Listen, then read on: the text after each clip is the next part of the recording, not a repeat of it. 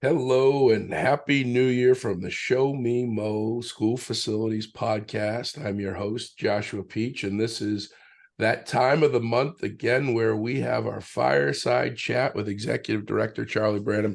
I have to say, for the first episode of the new year, and we haven't had any episodes since the last fireside chat, I have been under the weather, as you can probably tell with my voice.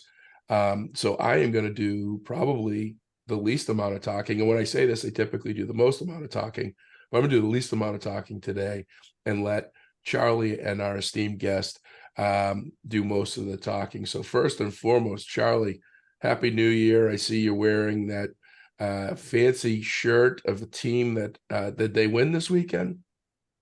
I'm not sure. I was sitting in the end zone at AT&T Stadium in Dallas, and right in the end zone where in the last 15 minutes of the game, the Missouri Tigers scored 2 touchdowns. It wasn't a lot of points, but we won the Cotton Bowl. So that is a big deal for the University of Missouri and Yeah. all our football fans. Congratulations. I've only been to two college football games. Being a Boston person, college football is not as big as it is where you are. I've been to a Boston College game in the 90s, and I went to a Michigan OSU game in the early 2000s, and I actually never made it into the stadium because I was tailgating the whole time at the golf course across the street. But I understand it was an amazing game. So welcome back, my friend. Happy New Year. Before we get to our guest, hey, let's talk about next week. This is what I've been resting up and getting healthy for. We got our kickoff core. We've got our kickoff core certification course. We've got our kickoff with Paul Anastasia in the Strength Finders program in beautiful St. Charles. How are we looking on registration? Registration's solid right now. We're offering the fourth module of our core certification, talking about the actual school building. It kicks off with an architect talking about the building envelope and moves on into the systems of a school building. So 4 classes there, and about 50 to 65 school facility directors and maintenance leaders around our schools will be with us. And then on the Wednesday preceding that, we'll have 2 free offerings. One is to talk to school districts. It's actually an extended session. Most sessions that we in schools attend are hour breakout sessions. So they last about 45, 50 minutes. These are hour and a half to hour and 45 minutes. And the 2 topics, the first one is Sloom Stutzer out of Francis Howell is going to bring in an architect that he worked with, and going to bring in the TIPS Cooperative. He's actually going to show our members how you can manage some of your small and medium-sized construction projects in-house without a lot of the extra expense that typically some schools, just think that's a normal process. So we're going to show them how to streamline that and do some things inside and use the cooperative purchasing and manage some of your own schedule by buying your materials direct and get that to your district before you have things installed. And then the second topic will be from Scott Dobson out of Rapex Schools and Jim Rich. Rich with a lot of information from a lot of experience. They'll talk about how to organize a preventive maintenance program in your school buildings. And when you leave, you can also take with you or have sent to you their spreadsheets on how to go through all your systems and schedule your maintenance and whether you would do some of that in-house or some of that, depending on your staff, you would contract out. So those are our 2 topics there. And then our last, but not least, we are offering an advanced certification program now. We've offered our basic certification program since 2014.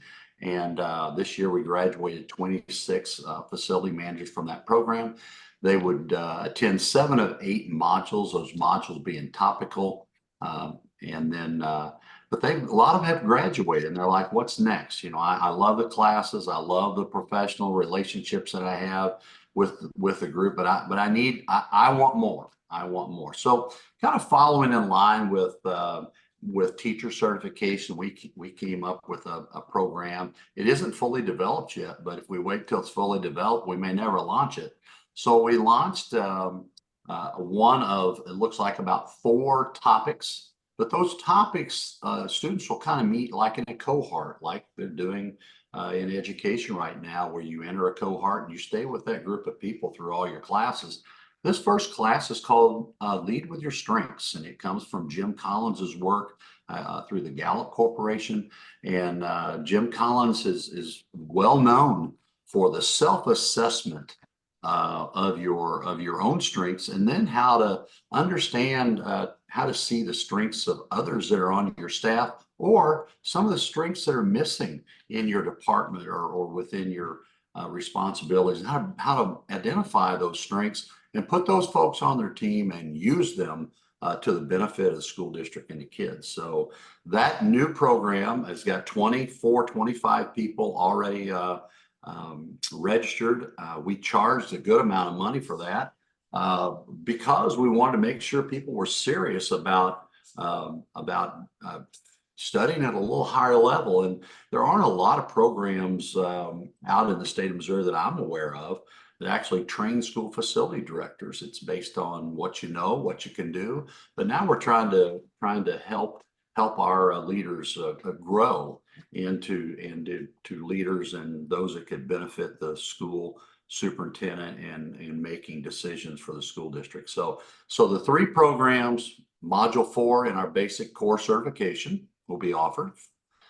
We will then offer a free session on preventive maintenance, how to generate or create a preventive maintenance program, and how to manage some of your own in-house capital projects. And then our 3rd program, which is new, will be our mastery level course. And we will call that program, the certification will be a master school facility certification. And it doesn't hold a degree, but holds a lot of good study and just a lot of good professional practice that folks can take back to their district. And we have topics that we are considering for that master program, things like developing a full preventive program, assessing the physical security of your school district, and planning the physical improvements and budgeting those to help your superintendent over the next 2 or 3 years. So those are that class, that leadership class, will meet for its first time ever in St. Charles. Most folks will be in person. Other folks will be virtual. They will have 8 classes that all can be taken virtually. We'll end that program in April, much like a graduate program. Start in January, end in April, have about 8 sessions together. And that's the plan for each one of those classes. You can develop, leadership and identifying your own leadership strengths and strengths in others. Then potentially, and the next class might be safety assessment of your school facility. And we'll work with the Center for Educational Safety. They have a program. We'll teach our maintenance folks how to deploy that and bring that to their school district. Then but during your classes, you will actually do those things and bring back to your cohort.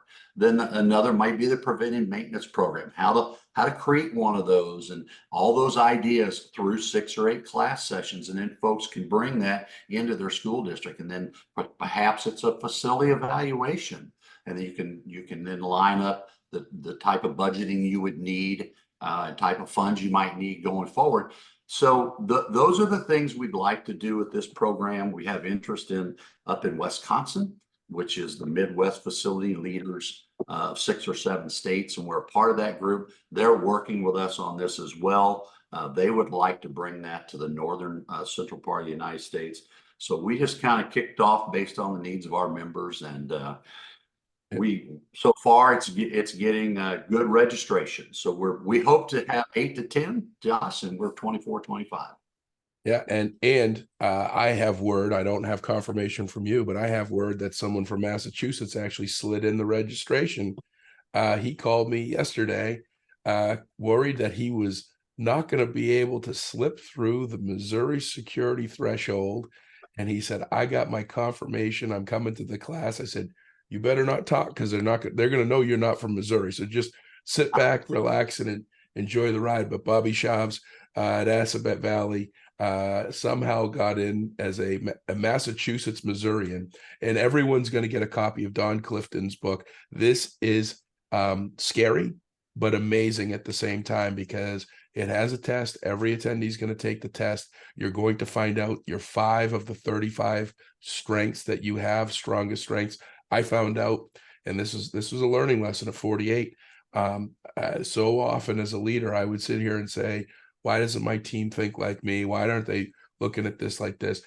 My test results showed that I am 1 in 33 million that has the 5 leadership strengths that I have, which is pretty interesting. If you put that into perspective, in the United States, there's 10 other leaders that have the same thought processes as I do, and top 5 leadership strengths to do their day. So this is going to be an awesome event, and I think now we will kick things off with our guest here, Dr.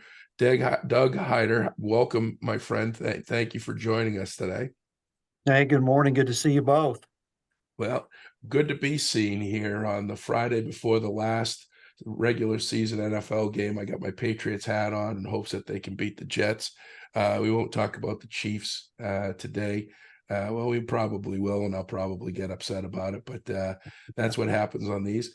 But tell us a little bit about how you got here today. What do you do? What about your organizations? What got you into the business of education? And then we'll go on from there. Well, Josh, I'm executive director of the Missouri Association of School Administrators here in Missouri, and we're actually the statewide professional association for school superintendents and central office administrators. We do a variety of things. We, of course, help and mentor new superintendents. We have a superintendent coaching program for early career superintendents, professional development, legislative work at the Missouri Capitol. We have a major conference each spring and do a lot of work, of course, with a lot of the fellow education groups in Missouri, including the plant managers group. So we believe in public education. We believe in strong leaders and a team effort making a school successful. So that's kind of our core mission: to lead, develop, and support.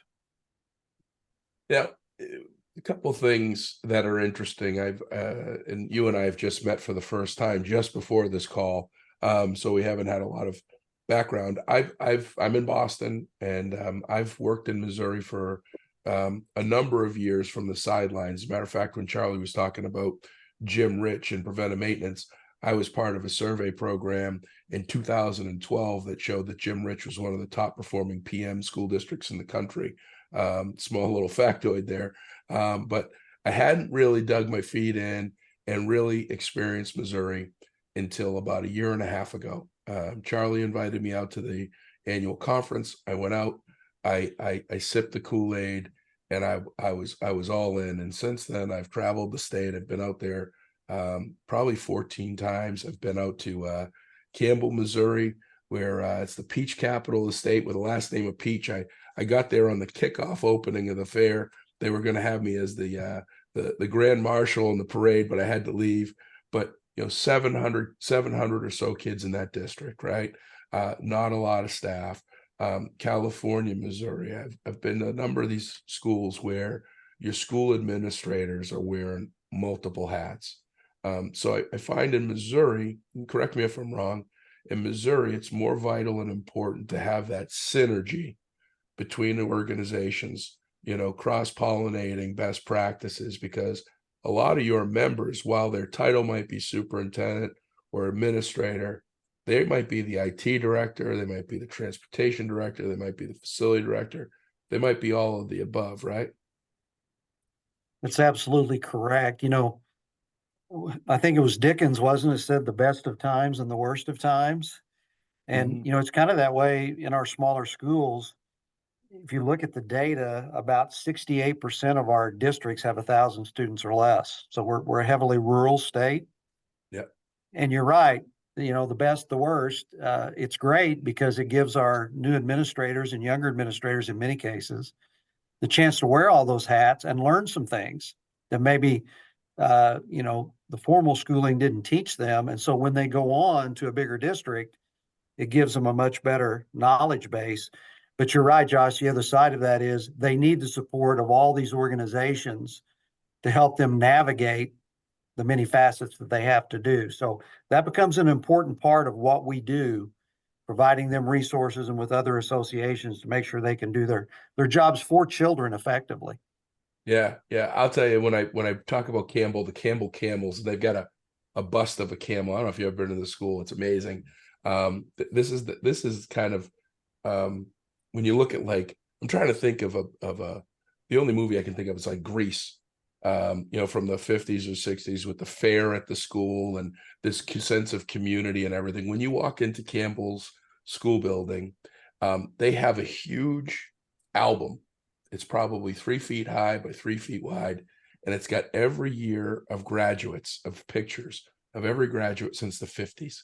And when you scroll through that, faculty members will sit there and say, "Oh, that's my uncle, that's my father, that's my grandfather."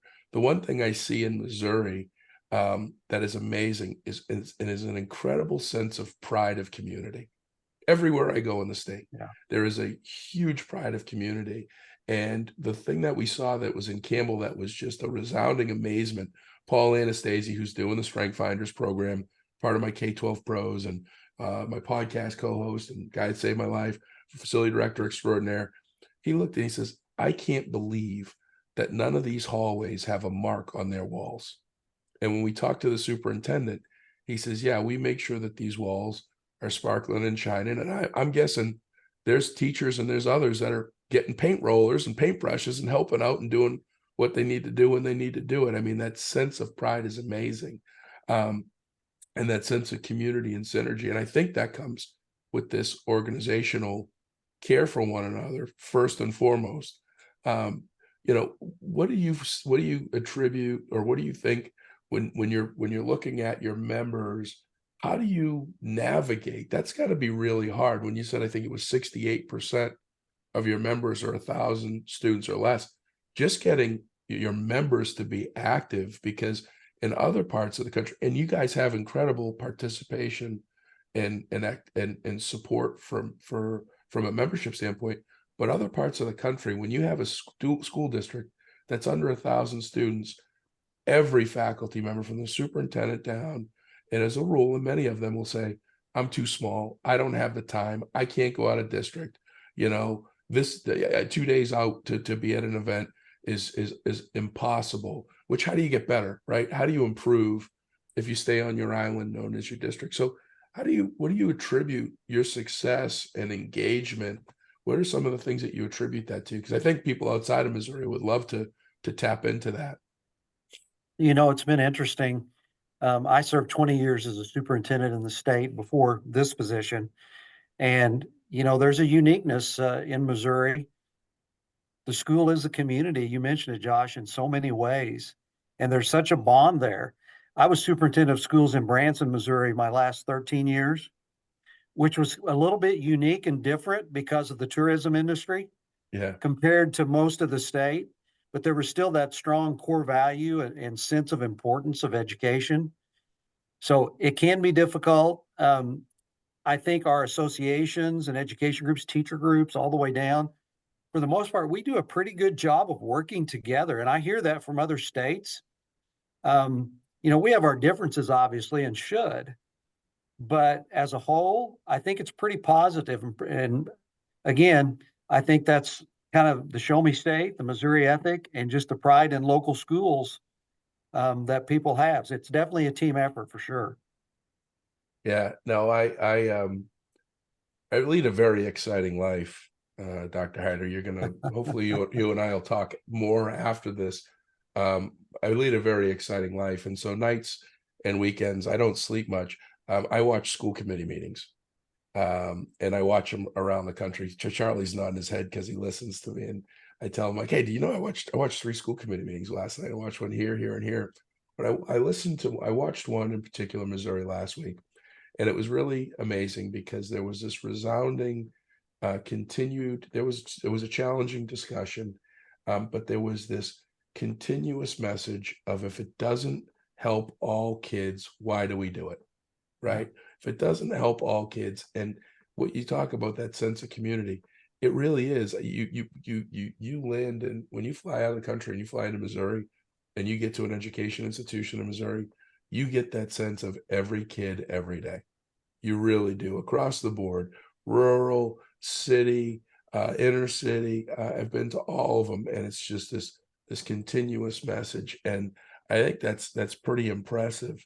Let's talk about what you offer your members. So I'm on your website here, and it looks like you got a lot going on. So, what are some of the top things, or the top, and what's your membership look like? Also, how many members do you have? A little bit about the history of the organization, but what are some of the, like, must be a part of, must do, must go to, as being a member of your organization? Yeah, we've been really fortunate. Even when I served as superintendent, the state association was always strong. And we have 518 public school districts in the state. There's another, I think, 38, 39 charters that are considered public, which puts us about 557. But we primarily serve the public school arena. And of the 518, we have probably 90+% of those as members. And when you add assistant superintendents, we also have a group membership, Josh, where they can list a variety of others. I mean, we're well over 1,100 members across the state. So it's very, very strong and has continued to be that way.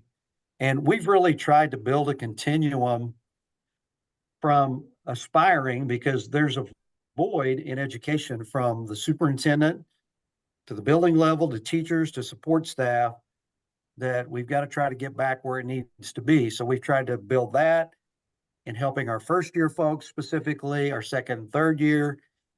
We figure if we can really work hard with our program to get them up through year 4 or 5, I think we would probably all agree, in any positions we've had. After that first 3 to 5 years, you kind of start to figure it out and you kind of have your feet underneath you. But we also have a lot of good programming with cohorts around the state, PD, and other work for those 5, 10 years and beyond. So we really try to build a continuum across the way, but really, lately been focusing on those early leaders, because if they don't get their feet underneath them, and if you look at the attrition rate for teachers, we're losing half of them by year 5. We just have to keep people in there as long as we can. It's extremely important. Yeah, and now do you have a mentorship program built into your organization? We Currently? do. Yeah. Year 1, there's a required, we call it a mentorship, which is a part of their recertification later when they upgrade their certification after a certain number of years. And then we just added a few years ago, in conjunction with our State Department, back to the point about, I think we work well together. Yeah. They've provided resources. We've provided resources where every second and third year superintendent in our state has free access to a coach for 20 hours per year, retired superintendent, who can be there beside them along with all the other programming we do. And then we have an academy after that, women in leadership that we've started. So yeah, it really is a lot there that we can offer to help keep them where they need to be. I love it. I love it. And there's not enough of that. So as you build the blueprint, share it with the rest of the country, because that is, I have a company, it's K-12 Pros, that our whole focus is bringing retired operations professionals back into the workforce. Yeah. Because there's nobody to do the work. And one of the programs is a mentorship program.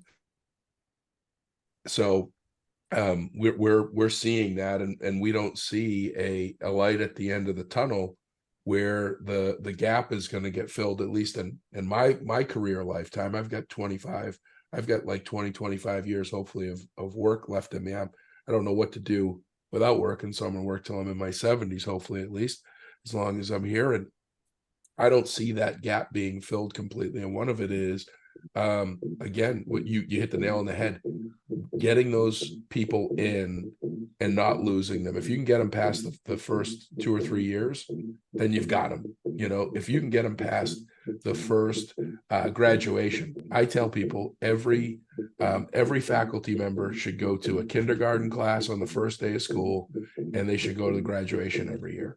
And if you do that, that's your why. That's what's going to happen. So, what else do you got going on here? So you got an upcoming conference? Yeah. We have our major conference in March of each spring. And we'll have 525 to 550 in attendance. It's always well attended. Commissioner of Education comes. We have some great keynotes, breakout sessions. We build in some social time as well. It's a good time to relax and reflect. The other good thing about it is we kind of do a legal and school finance update and legislative. And that's good timing because our legislative session just started, Josh, this week. And we have spend a lot of time and resources there, making sure that things that promote public education. So yeah, my administrative assistant and I looked at our schedule January through June yesterday, and we decided we needed a nap. It's going to be a busy spring. So yeah, a lot going on. Well, that is amazing. And 90% of the districts are involved. When did you take this on? I actually retired mid-year in December of 2015. I came here in 2016. Yeah. And spent 1 year kind of as an associate, and then the executive director retired and took over in January of 2017. So time passes quickly. Yeah, no, it does. And was it that engaged then, or have you seen an uptick in growth over the last 6 years? It's always been strong from a membership perspective, even back to the beginning. We're like every other organization and really part of society post-COVID. It's a little bit different world. Mm-hmm. And so we've seen a shift in how we can help our folks, especially with some of the, political things that go on. Obviously, you said you try to go to sleep by watching board and committee meetings of schools. Yeah. But some of them are quite entertaining and very emotional. So that's changed a little bit. And I think that's kind of refocused our programming a little bit on really helping superintendents deal with boards and more specifically, the political, emotional, and social media landscape that is so much more prevalent today. Yeah. Well, and I'll tell you, one of the things that I just had this conversation this morning with another school district in another part of the country because they're frustrated because, they're saying that they're looked at with a magnifying lens. And they got to feel like they got to say everything right. They got to do everything right because there's all eyes are on them. The reality is all eyes have been on them all whole time. We just have communities that are getting involved. And with communities getting involved, they need to be educated. And that's what I've been telling, and I think that the school committees in Missouri specifically and the faculty and leadership are doing a great job. We need to have engaged communities. And unfortunately, we have engaged communities in many places today for negative. And it's just because I tell people this, and I'm very open about it. It's my opinion. It's my thinking. I'm not that smart. It took me 5 years to graduate high school. I always preface it with this, but school districts and municipalities have the most difficult customers. Nobody needs to agree with me on this statement. You have the most difficult customers, i.e., residents and parents, because they are customers that have things that they can't control. They can't control how much they pay. They can't control the services that they get or don't get. And they feel like there's no ability to make any change to it. And so for a long time, they just sat back and just complained about it to their friends. And now they're stepping up and complaining about it to the school boards, not necessarily doing it in the best of ways, but it's because of emotion. It's because of frustration. It's because we're in tough economic times. I just read that 1 in 3 families is taking advantage of food stamps or food assistance in the country today. That's scary. That's eye-opening stuff. But what it's going to do over time is I think it's going to transition so that these people that are involved will start to get involved with other things, because we also don't have enough school committee members. We don't have enough board of assessor committee members. We don't have enough historical preservation committee members. We don't have enough volunteers. And the best way to get people to volunteer is to get them involved and to get them emotional thinking about things. And I think that that's what's happening now, that with help from organizations like both of yours to raise their professionalism, to improve their opportunity to work with peers and say, hey, how did you handle this, right? How did you deal with this? We're talking about, big ticket things, big worries today. Lead in schools, right? You guys are a leading state with lead water testing. right? There's more lead produced in the state of Missouri than anywhere else in the country. Correct me if I'm wrong on any of these statements, Charlie, please. In the country, I don't know about Missouri, but huge discussion about gender neutral bathrooms. There's a lot that goes around that. And when you do something like that, there's a lot of aspects that people typically don't understand, which is if you do that, you want to have floor to ceiling partitions. You don't want to have partitions that are the standard, 18 inches up. Then you have ventilation issues. You have all these things. It's funny. I saw a post yesterday. I went down a terrible rabbit hole, completely off topic, Charlie. So jump in and cut me off at any point. But I saw I'm getting close.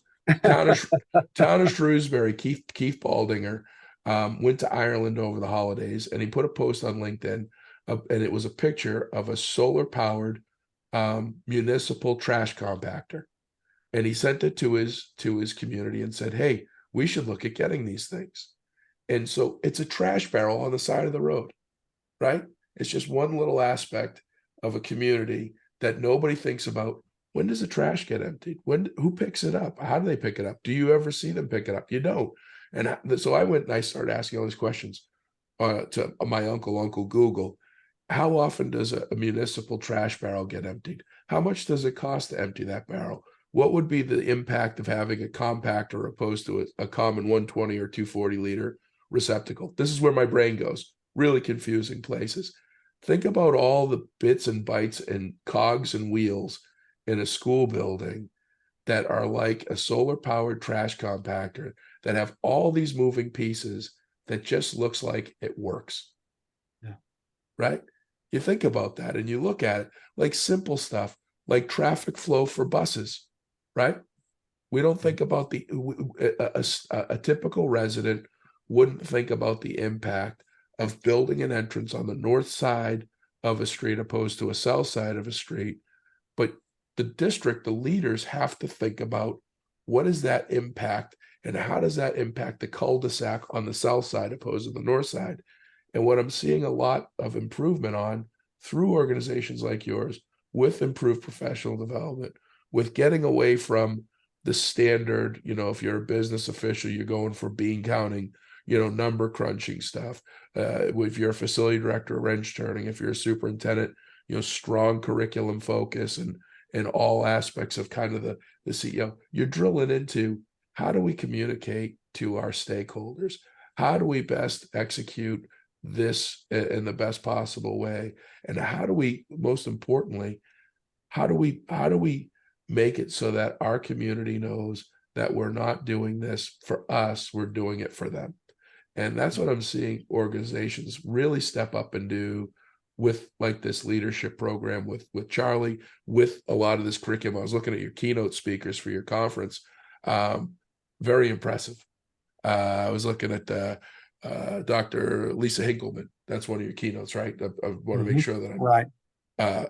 Very impressive with the solid message. So I think you guys are doing some amazing stuff.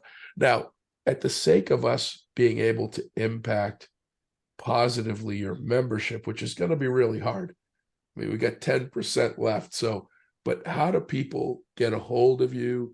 Where do they go for more information?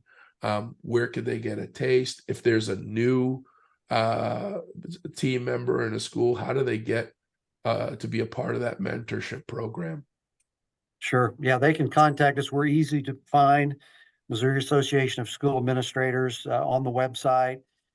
I think you could ask, go up to random people around the state, and they could get you to MASA pretty quickly. Yeah. Without any hesitation. And, you spurred a thought a while ago, two things. One, I remind superintendents all the time, you got into this because you're an educator, and you're still an educator. Yeah. You're just educating your community, your board. It's a different audience, your administrative team. And the other piece that I've always shared, Josh, is I'm not really any more important as superintendent. I have more responsibility than others, but we all work together, whether it be building principals, plant managers, food service, the core being that classroom and that teacher. And how do we all work together to make sure that we do what we can do? And part of that is that facilities piece. And, I was not in the military. But one of the things that I've read in some leadership books is, for me personally, first thing I do in the morning is make my bed and I make it right. I mean, Yep. things need to be right. And in a school district, that's where this particular podcast, as far as facilities, let's give kids the safest and best environment we can. For some, it's the best they have. And that's why it's so key, from feeding them to getting them there to all that. So absolutely, all that ties in, and that's what we want to try to help our members do ultimately across the state. Yeah. You No, know, Josh, let's go back to your sidewalks. Yeah. Because I'm a facility guy, so I'm a small He was going to thinker. cut me off on the sidewalks. I was Did gonna. you see that? I was See gonna. that? So here's what you don't do, Josh. You don't put sidewalks up next to a building on the north side. You get your sidewalks and your streets away from your building on the north side. You can put them close on the south side if you like, because as we're expecting weather the next few days, Yeah. the sun's in the south in Missouri. So you want to make sure that your sun can get over your building, get on your sidewalks. That's the best labor force you can get during bad weather, during ice and snow, is the sun. So that's how a facility guy thinks. We think small. Yeah. Okay. See, I teed So- him up. He didn't even know it. I teed him up. I knew he was going to try to cut me off, and I was going to go someplace with it. But but you have a school district in the state that there was discussion as to the entrance, the side of the entrance of what, which direction the entrance was going to be in, and trying to spin the building 90 degrees. And from a facilities aspect, from a safety aspect, a lot of it has to do with weather. Some of it might be to do something else, but that communication piece and making sure, because for someone, for a layman citizen, myself, not being in the business, I would say it's more aesthetically pleasing maybe for it to be on, facing the other way. Right. So, right. yeah. Josh, I was brought in as a contractor about 4 years ago to a small district that I started teaching middle school English, which was a Van Far Elementary, Van Day and Farber, a consolidated district back probably in the, I don't know, Doug, late 50s, 60s, early 70s, probably when we reorganized and consolidated districts in the state. But the superintendent had a problem. He kept hearing about it year after year from parents and from his school principal and his teachers, that the traffic, the pickup traffic, the parents were using the same driveway as the buses, and it was just causing a major problem. And the superintendent, he just didn't know, what to do with that. He just didn't have ideas. And I'm there with a cement mason, and we're getting ready to work over the parking lot. And I said, why don't we just put an island here? We'll close this parking lot down so the cars can't get to the buses. We'll leave a gate that's here, and we'll change the direction of your parent flow. And he looked at me and said, we never thought of that. So as the sidewalks, as the flow of traffic, the facility folks have some ideas. And so I guess I would kind of like to head towards the facility side of this, Doug. And what kind of information do superintendents typically come out of college with and start their careers on facilities? Charlie, there are some basic courses. There is a facilities class, and there might be some carryover, but it's one of the areas I would say, we need to do more of the practicality. Now, you have exceptions, maybe people whose dad grew up in construction, or, they worked some summer jobs, so they have a much better knowledge. But it's definitely one of the areas that they learn as they go. Right. And having those resources out there to help them understand and learn about that is really, really important. Yeah, that's where we come in. That's why we enjoy our partnership with MASA, with Mayor, working with your school districts. And so the condition of our school facilities, have you seen a change in that over the last several years? Maybe are they the same condition they were 20 years ago? Talk about what you see or sense. But, when I travel around the state, I'm amazed. I think Josh alluded to it earlier, with Campbell. People take care of their facilities. I mean, I was very fortunate in the districts I worked in. I thought they did an excellent job, and we emphasized that and held people accountable for it, and they took a lot of pride in it. So when I look, especially some of our smaller districts where they don't have the bonding capacity and they have older facilities, there's always exceptions, as we all know. but overall, there's just a sense of pride. And Yeah. when I go around, I would say definitely the exception for not to have things, even in older buildings, clean, painted, fresh, and looking nice. And I get that sense in almost all the districts that I visit. Josh, and you as well, the pandemic brought an infusion of some funds to school districts. What do we think that it improved school facilities at all and in classrooms for kids? Oh, absolutely. Yeah. You mentioned your earlier career. I, of course, was superintendent, American Recovery and Reinvestment Act with President Obama.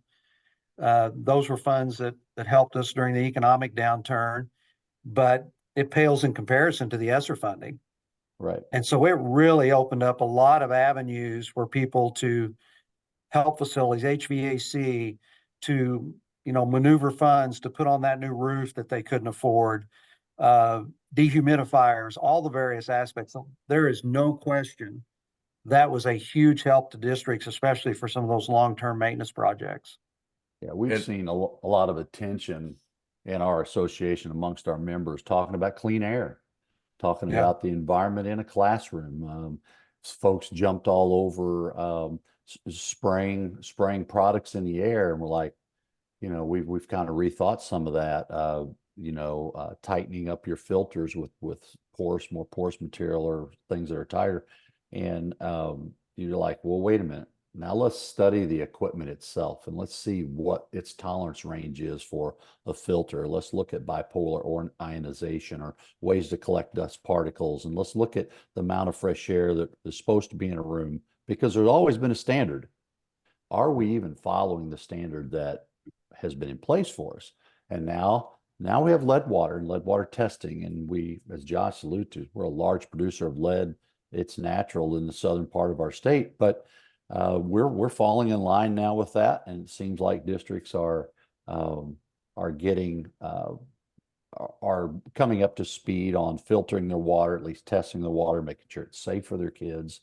And I agree. I think ESSER made a big impact, I thought, with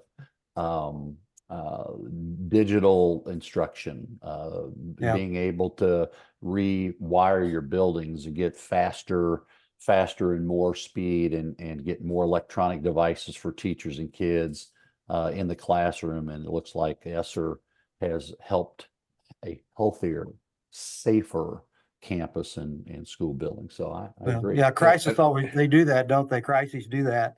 And with COVID, it absolutely refocused us. And yeah, I totally agree, Charlie. Well, and I'll tell you, and I won't say it because you guys are on here. It's just a fact. I see that Missouri's decision making and how the funds were utilized specifically to facilities is a lot different than other places in the country. There are a lot of closets in any school USA filled with $5,000 temperature taking device stations and other things that didn't really have the staying power of air replacement and upgrades of HVAC systems so that they could handle a MERV 13 filter or MERV 15 filter. I mean, how many old school buildings that have 50-year-old pieces of equipment that have filters that are basically suffocating the equipment because they don't have the capacity for a filter that's stronger than a Kleenex, right? And and I think a lot of that, quite honestly, comes from association participation. I had a conversation with Kyle Gorell from Lee Summit 6 months ago, and I made a comment about air quality standards, and he started throwing out ASHRAE 1973 standards that school districts in some cases couldn't even keep up with those because of funding challenges, and ESSER was allowing these schools to get up to date and to be in line with where they needed to be, which is pretty cool. So I think a lot of it had to do with that knowledge base of your members of both organizations coming together and saying, okay, what do we have that has staying power and isn't today's bright shiny object, right? And news pushed you guys, news pushed you to have all these devices and all these sprays and all these different things that were going to change the world that really had no proven track record. And a lot of Yeah. schools bought into that. And a lot of them, I think, were non-participating schools involved in that were not involved with organizations that had their peers that they could compare notes with, which I think is key. Yeah, you know, educators, superintendents, staff, I don't think there's any question. They're all willing to help. Yeah. I mean, I hear that all the time. And that's the other good thing. You know, I'm on email chains all the time from our members say, hey, I'm getting ready to do a bid for anybody have some examples of stuff like Yeah. that. Hey, I'm getting ready to purchase a bus. Hey, we're gonna put a new roof on. And they're great about jumping in. So just that camaraderie and the whole education community really is a part of what we do. And, you know, seeing that from an executive director position, you don't always see that on the business side. There's a little Yeah. bit of secrecy, a little bit of a, we don't want our, you know, competitor. But Yeah. in our world, it really is a sharing and a working together, which is really neat. Yeah, no, I've been in this business for 27 years. I've been in the software operations side of the world. And I'll tell you, my 27 years, I've never had a more thorough examination of our software than Saloom Stutzer. And Saloom put probably 20 hours of staff time. He wanted buy-in from his entire staff, which I thought was amazing. And he had his kickoff call with us last week. And out of our 600 plus clients, he's the first one that all of his staff, by the time the call was done, were authenticated and logged in. So that thorough overview and that work that was put in up front is going to pay dividends in the back end. And when I was talking to him the other day, he said, feel free to let any of my peers know that you're talking to. I'm happy to share my playbook and how I did this evaluation. Not that they have to decide to go with you, but my evaluation process, I'm happy to share. Why invent the wheel? Especially when you have people that are doing the right thing. I'll plagiarize and take that playbook any day if it's going to save me from possibly making a mistake or learning the best practice quicker. I'm too old to try to figure stuff out on my own if it's already out there, and everything's already out there. So yeah, you guys do great with that stuff, and I'm seeing it every day from and like you say, that competitive piece. Education is the only industry which technically you are in competition as a school district or community. You are in competition with the other communities for those tax dollars for people to live there. But there's this real genuine piece of if you're in education, that genuine care for everyone, and you don't say, this is my best practice, this is my what have you. It's, you know, sharing with the world what works and how it works. I actually just did a post on LinkedIn about this yesterday, about the power of referral and reference, and how strong my businesses are 100% referral based, and they grow year over year. And it's because people share, because they want others to be successful, which is great. Well, Doug, and that brings, Josh mentioned one of our board members, Saloom, down at Francis Howell, and he's an amazing professional. He may be on some of those late night shows that you're watching, board members, Josh. I'm not sure, but I would guess that. But Saloom comes from Independence, moved this year to Francis Howell, and is just doing an amazing job there. But we're seeing in our association, Doug, more and more of school facility directors. And of course, right now it's in the larger schools where they're becoming part of the executive team. They're an executive director of school facilities or in operations. Just this week, another board member of ours who in early February will be the National School Plant Managers Association president for a year, Sean Dilday. Sean is the new executive director of operations at the Springfield Public School District. And so we're really proud of Sean, and we're proud to have those kinds of folks that are professionals in the facility, school facilities, be a part of our leadership and our association. Are you seeing more and more use of the facility specialist? And it might be just the best maintenance guy or the only maintenance guy. Are you seeing an emergence of those folks being a little bit more or on an executive team, or at least have a better, a really good relationship with the school administration? Yeah, I think the answer to that is yes. COVID certainly has driven that. And as you mentioned, sometimes size of district a little bit may play. I know, especially during my 13 years at Branson, Dwight Cutbirth, who you know well, but we had all of our directors, food service, transportation, facilities, plant management, et cetera. They were all a part of the superintendent cabinet. Yeah. And of course, we had separate meetings with support staff directors and principals and that kind of thing. But yeah, I think it's crucial because there's such an intertwining of everything that you do. But absolutely, that communication piece, the collaborative leadership piece, is something that's important, and you're seeing it more and more.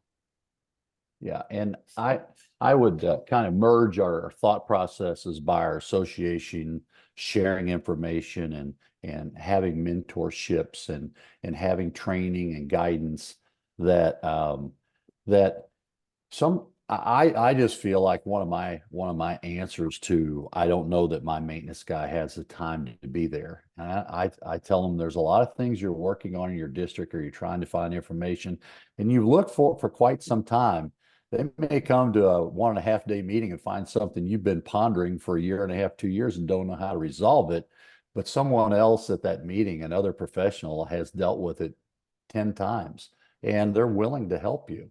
So not engaging and participating in your association and meetings sometimes costs you a lot of time and money that if you just would be a part of those and talk and listen and you'll pick up so many things. And that's all we want to do in school facilities is create healthier and safer school environments and provide the best training to our staff like you do, and then be able to take that information and share it back with your school district so they can make decisions for school facilities. Yeah, being proactive, Charlie, we try to tell our members, schedule these things, ahead. Look at your year-long calendar. You and I both know, all three of us, if you do it ahead of time and get it in there, it's on the calendar, makes it much easier, for that to happen. And the other thing I would say is, we had a slogan at Branson that if you want to be world class, you need to spend time with world class people. And so, we wanted to get our folks out, obviously reasonably, obviously schedule it, obviously cover. But that's important because if we're not learning, we're not growing, and it only helps every aspect of our district. Exactly. So that's spot on and well said. I talk about the 5 people you spend the most time with, you're the average of, which is a Jim Rohn saying, and I talk about that. And I want to step back to something you touched on, which something I talk on in all my keynotes, which is and it was so refreshing to hear you say this, because it's often with superintendents, we talk about the curriculum, we talk about the teacher, we talk about the academics, but you made the comment, which I'm so again, 5 years in high school, I'm not the academia valedictorian, but my high school was one of the safest and the best places for me to be, to spend 8 hours of my day 5 times a week. And that was 30 years ago. I'm on my 30-year reunion year. Today, there are 3 million kids, which essentially puts you in somewhere around an 82% chance that in every single classroom in the United States today, there's at least one child that is either homeless and foster care or doesn't know where their next meal is going to come from. Right. And these schools today, it's so important for these facilities to be bright, to be clean, to be safe, to be healthy, because it is the one place for many of our kids, so many of our kids, where they might not be doing well academically, but it gives them hope and it gives them a feeling of love. I'm going to speak. I'm going to speak with Raymore Peculiar, their faculty and staff, which and this is one thing I want to touch on with you, because something in Missouri that I see coming from the superintendents is the importance of professional development for their staff, not just their educators. And so Raymore Peculiar, I'm doing all their operational staff, food service, transportation, facilities, nurses, special education. It's gonna be great. But the one thing I talk about too, I don't call them bus drivers. They're smile providing, student transportation professionals. That's their role. That's their job. You put them as bus drivers. Anybody can turn a wheel and step on the gas. But what our Smile Providing student transportation providers, what they do is they provide that first and last smile for a child that doesn't get anywhere else. The last one on Friday, they get from that person driving that bus. And the first one on Monday is the person picking them up. They got 2 days where they're not getting any of that stuff. So those schools are so vitally important, not just for education, but for living. And I'm so glad and appreciative that you made that statement of the importance of that, because it's often overlooked. Yeah, very true. Yeah, very true. So, well, this has been great. I said I wasn't going to talk a lot. Charlie had like an audio challenge, so I had to take over. I don't know if you heard that, but it was like we could hear his heartbeat. Last episode, he was on like a repeat mode. I think he's got like some sort of whammy button over there that he pushes. But this has been an honor and so amazing to see all the great work that you're doing. Love to see that this synergistic between you and MSPMA. I think that's what a big piece of what shows these schools to be just spotlight schools that people are looking at from around the country. How are you doing it? What are you doing? And just keep up the awesome work. Thank you for being with us this month. You bet. Really enjoyed it. Great to see both of you. Doug, thanks for joining us. And I know the legislative session has you guys busy over there, but we appreciate your friendship and appreciate all that you do and your staff. And so thank you, and look forward to working with you this year. Charlie, you as well. Josh, nice to meet you. When Coach Belichick retires, I'll be looking for you on the sidelines. Yeah. Well, that's why I'm letting the beard grow. That's why I'm letting it go. Next time I talk to you, I'm going to tell you a funny story about meeting Tom Brady's best friend in the Detroit airport bathroom, high school best friend of Michigan. Convinced I was Matt Patricia, but that's a story for another day. But Charlie, another great fireside chat. We need to work on a virtual fireplace background for these. You continue to bring incredible updates and awesome guests for us, and we'll keep doing this the first Friday of every month. And for those that are listening to us, we are on a mission. My goal, my big, hairy, audacious goal, is to have this podcast in the top 5% of all podcasts. There's a couple million out there, 3 million of them. So it's a big ask. There's 3 or 4 metrics that happens by: listeners, subscribers, 5-star rating and reviews. So how people are willing to click that 5-star button and put a review up. Those are the main factors. So if you could click the subscribe button on the podcast platform of your choice, scroll down and hit the 5-star rating and give us a review, that would be amazing. If you think we have room for improvement, we always do. And when we don't earn that 5-star rating review, before you hit something else, give me a call, send me an email, Josh@beawesome, Josh@beausm.com. Let me know how we can improve. We'll look at it, evaluate it, and if it makes sense, hey, we'll do it. Maybe we'll even have you on as a guest to tell us about it. So in the meantime, thank you so much. Have a great new year. I hope everybody's off to a wonderful start, and we'll be talking to you soon. Thanks, guys.